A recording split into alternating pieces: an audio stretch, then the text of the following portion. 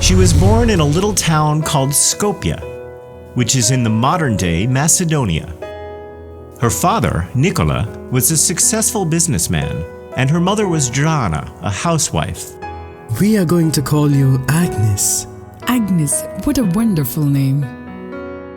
As a little girl, Agnes was a very disciplined, thoughtful little girl who didn't seem to mind helping her brother and sister.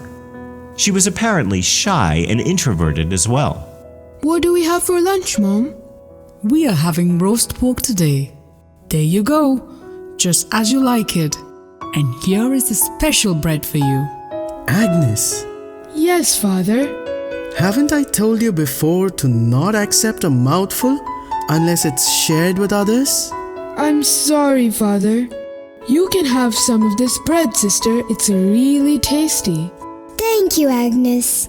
And here is one for you, brother. Thank you, Agnes. You're always so kind. But the happiness didn't last for long. When Agnes was 9, her father got sick and he died. This left the entire burden of supporting the family on her mother. In spite of the difficulties, Drana ensured that her children attended the private elementary school and then the religious instruction at the Sacred Heart Church.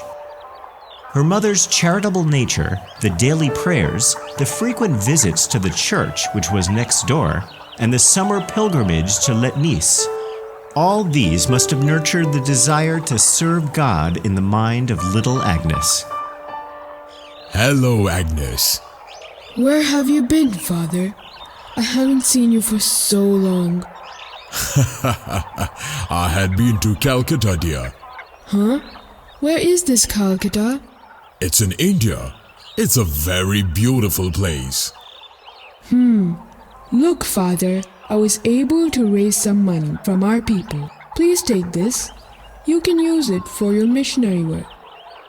Oh, that's so kind of you, Agnes. May God bless you. Father, Yes, Agnes. how can you know when the Lord is calling you into some vocation? That's a very good question. I think you will know it by the happiness you feel.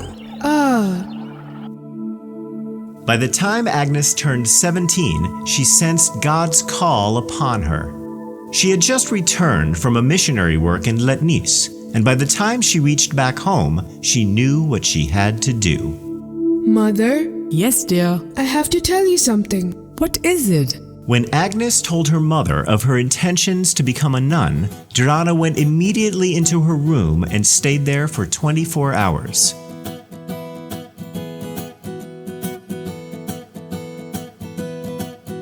She was pouring her heart out to God. And when she finally came out of the room, her emotions were under control.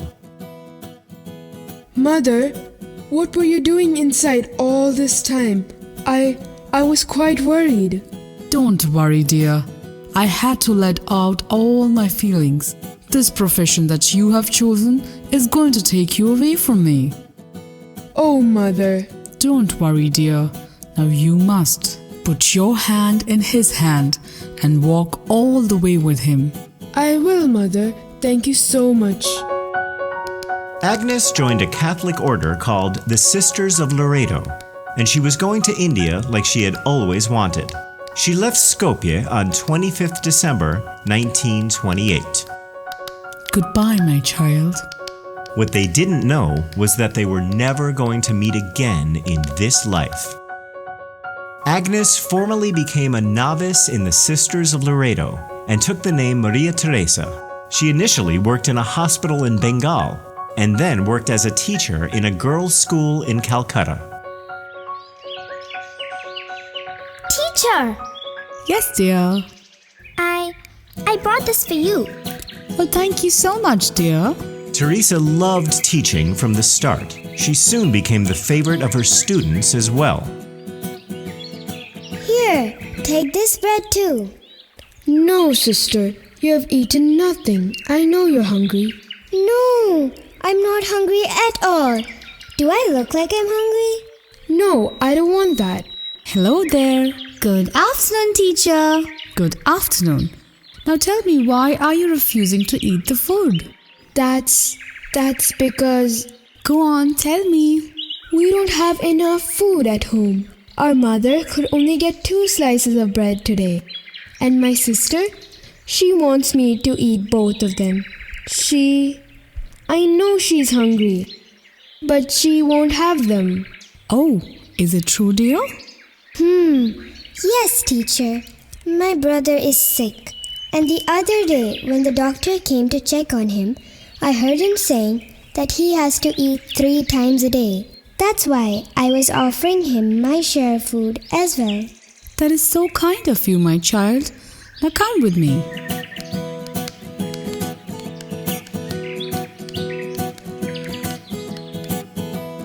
Eat well, my dears. Thank you, miss. Sister Teresa, Yes, Mother Superior. come here for a moment. Yes?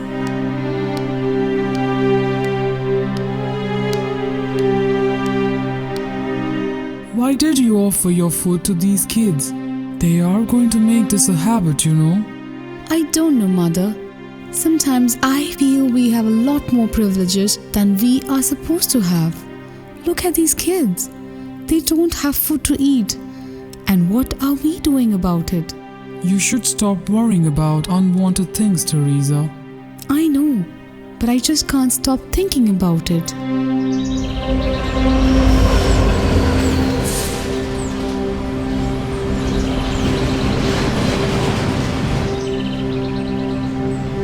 It was not long after that Teresa found her real calling. She was aboard a train traveling to Darjeeling when Teresa clearly heard the call that transformed her life.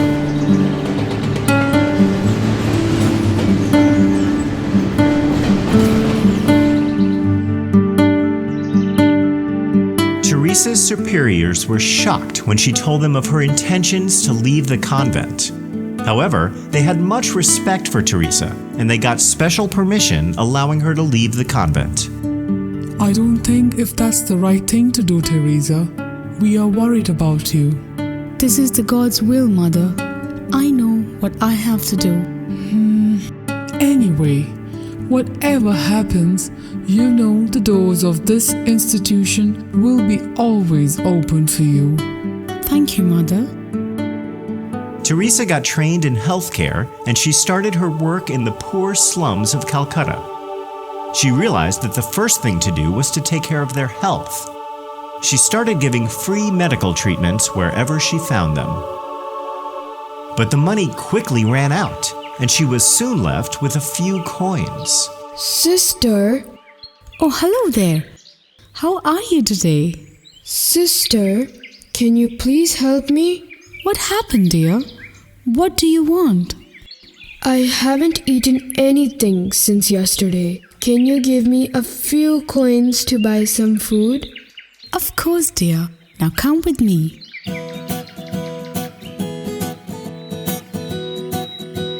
Good evening, sister. What do you want? Good evening, sir. Can you give this boy some rice and curry? To this boy? Do you have any money? Don't worry. I will pay for his food. How much is it? Well, why do you want to help him? He is of no concern to you. He's a child of God, and that is definitely of my concern. Here you go. You have a great mind to help others, sister. May God bless you.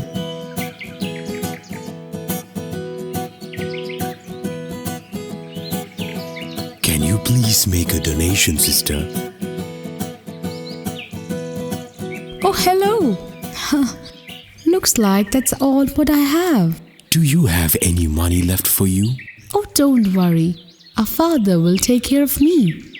Which order do you belong to, sister? I cannot recognize by the sari that you are wearing. I am Sister Teresa, and I am a missionary. It's a pleasure to meet you, sister. I am Father Julian. You look like you're upset, sister. Is there some way that I can help you? Oh, it's just that I was thinking of ways for helping the poor. But don't worry, God will show me some way. Looks like it's going to be a tough road ahead. I know. Don't worry, sister. I will pray for you every day, and I will come to see you whenever possible. Good luck, sister. Thank you so much. She had no sources of medicine when she started, so she would walk down into a pharmacy with a list of medicines she needed. She would wait for hours till their customers were attended, and then she would present the list to the manager with a great smile. Good evening, sir. Good evening, sister. What can I do for you? How about doing something beautiful for God today? Huh? It was her pleasant and cheerful character that made many of the pharmacists give her the medicine she needed for free. Sister Teresa had to struggle a lot to find the money she needed. With whatever resources she had, she helped the poor tirelessly, day and night. How are you feeling today? I'm feeling good, sister. Thank you for all what you did, sister. We don't know what we would have done if you weren't there to help us. I did what I had to do. It was nothing. Even the doctors were refusing to help us. They don't care about treating the poor. I would have lost my child if it weren't for you. Don't thank me. Thank God. Sister Teresa, Father Julian, how are you? it's so hard to find you, sister. One day you are in one place, and the next you are gone. I have to attend to many people's needs, Father. I know. You have such a wonderful heart, and maybe that's why a friend of mine gave you this. What is this, Father? Go on, open it, and see for yourself. Ha! A check? But how? Who gave this, Father? I spoke to one of my friends about your work, and he's really impressed with what you are doing. He gave this money to help you with your charity works. Thank you, Father Julian. You have no idea how many people are going to get benefited from this money. Thank you so much. In February 1949, a former student of Sister Teresa, named Subhashini, a Bengali girl from a prosperous family, joined her ministry. Good morning, Mother. Good morning. Hey, Subhashini. It's you? It's been such a long time. I'm doing good, Mother. How have you been? I'm doing all right by the grace of God. Tell me, why are you here? Sister, I've always wanted to help the poor and needy. I know that's my calling in this life. Can you please allow me to join your ministry? That's wonderful, dear. But are your parents okay with that? Yes, Mother. I have convinced them, and they are fine now. Then come with me, child.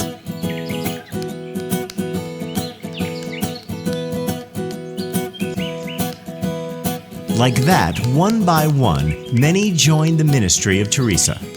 By the end of the year, Sister Teresa's ministry had 10 members. All of them had the same motive: to serve the poorest of the poor in society. None of them received any payments for their services, and their sole personal wealth consisted of 2 saris, some personal belongings, and a prayer book. The disciples followed a disciplined way of life. They were up very early in the morning for prayer and Mass. Then they had a simple breakfast of chapati and tea. They would be out in the slums by morning, servicing the needy. They returned for their meal, which again consisted of simple rice and dal curry. They would pray and rest for some time, and then again head back to work until evening. They prayed again before supper and more prayers after supper, and then they would go to sleep around 10 p.m. Sister Teresa, who was now called Mother Teresa by everyone, also charted a constitution for the new Society of the Missionaries of Charity.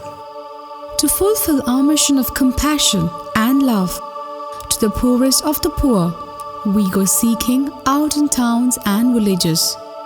We must search for the sick, the infirm, the lepers, the lost and the outcast. We must go and take care of them, offer them help, visit them often, awaken them to the love of greater God. The Missionaries of Charity expanded their work into more than 20 cities in India. By the 1960s, the world opened its doors to Mother Teresa. The Nobel Peace Prize was awarded to Mother Teresa in 1979. By then, the Missionaries of Charity had opened 61 new houses in 28 countries other than India. Look, she's not even wearing her shoes. Before beginning my speech today, I would like to invite all of you to pray.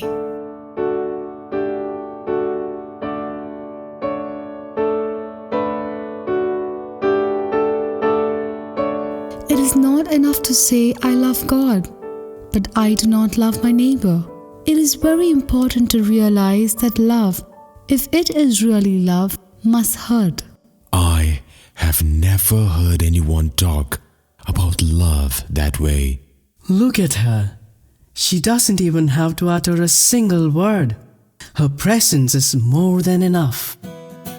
And one day, Mother Teresa was invited to meet Pope John Paul II. Mother Teresa was filled with joy as she always wanted to meet the Pope for a very long time. Good morning, Mother. Good morning, my child. Has the Pope arrived? Yes, Mother. He's waiting for you over there. Let me go to him then. We have so much to discuss and so much work to do. Mother Teresa, you have become a very important public figure. Yes, winning the Nobel Prize means that the people appreciate my work. But you know, I'm doing this only to glorify our God. I understand, Mother. I'm a big fan of yours too, and I'm happy that your fame is growing. My fame can grow much more. It won't fit in such a small habit. Ha ha ha. I wish many people had your strength and your smile. This world would become a much better place. Thank you, Your Holiness. In 1997, a tribal woman named Monica was diagnosed with a tumor in her stomach. There's nothing left to do now. I don't think we can find a cure for her. Oh no! Please don't say like that. Please help her, doctor. Please do something. Please be calm. It's an abdominal tumor, and there's no way that we can save her. Oh God! What should I do now? Please save my wife. Hey, Yes, sister? listen. I know about your wife's illness. There's nothing that the hospitals and the doctors can do now. That's what they just told me. Tell me what to do, sister. I'll do anything to save her. There's God who's looking after all of us. Why don't you take her to the Missionaries of Charity and pray for her cure? After having visited a number of hospitals and countless doctors, Monica was then admitted to a home run by the Missionaries of Charity in the town of Patiram. Don't worry, my child. We are witnessing the first death anniversary of Mother Teresa with prayers in the chapel. Be strong and pray to God. I'm sure He will help you. Thank you, sister. On September 5th, 1998, while others were praying in the chapel, Monica too joined the prayers lying on her bed. Lord my God, please help me. That's when she saw a beam of light emanating from the photograph of Mother Teresa.